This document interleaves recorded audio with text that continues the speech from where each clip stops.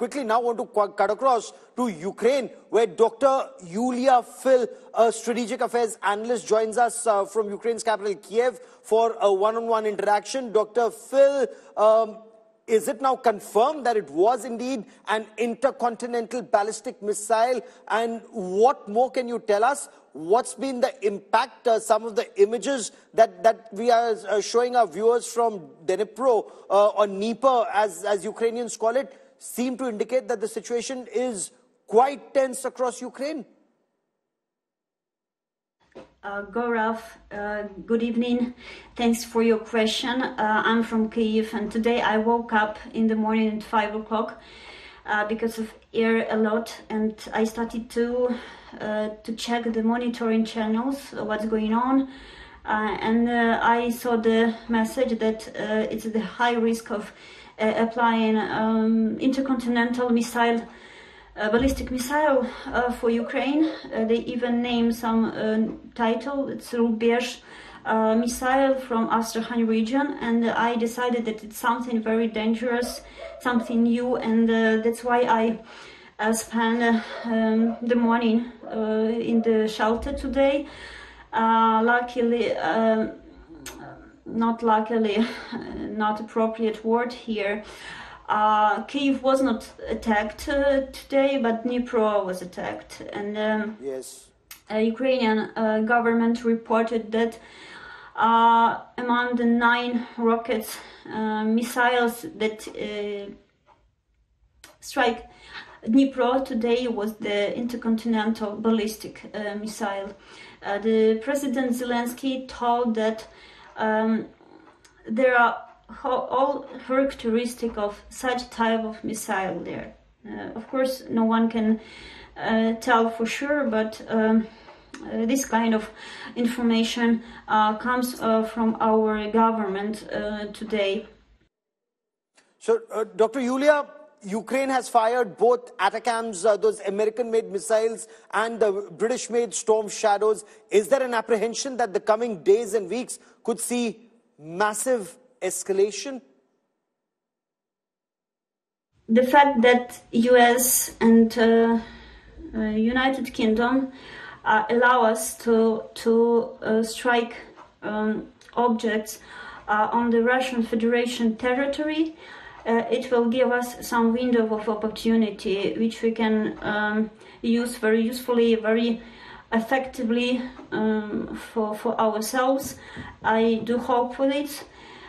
Because yes, you are right, we are kind of lack of human resources, we are lack of soldiers. That's true. Ukraine is not Russia. Yes, we have much more less population than Russia Federation. We cannot compete with Russia in our human power, unfortunately, and also we are democracy. It's not easy to mobilize people to the war in the democracy state. You should understand it, that it's much more easier for dictator to recruit people for the war, for the big money, as Putin did it, or just mobilize people forcefully. Ukraine, a priori, Ukraine cannot do it. Per se, okay.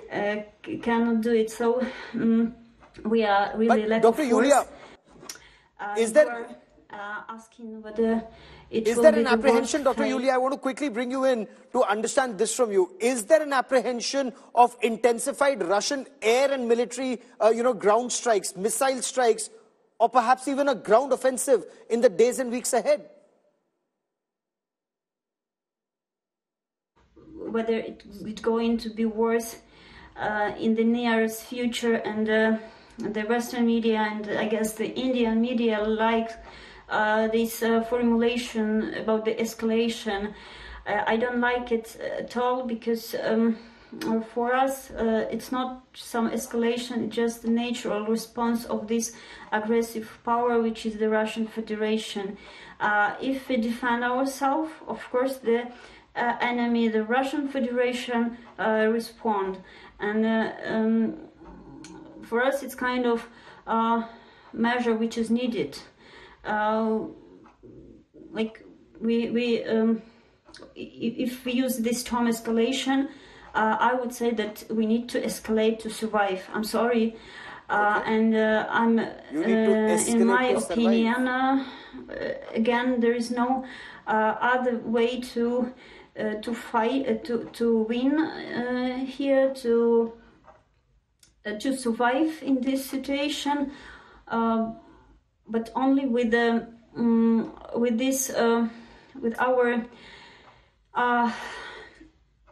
That's an interesting perspective you give me, ma'am. You say you need to escalate to survive. But when you say you have to escalate to survive, does Ukraine have adequate resources? Do you have the manpower? Do you have adequate number of missiles, weapons, replenishment of ammunition for a surge in operations that you need to undertake or that's likely to happen in the days and weeks ahead? We are lack of human force, but I hope we still can compensate it by our high technological drones and other techniques, other weapon. Okay. Our high technologically advanced weapon.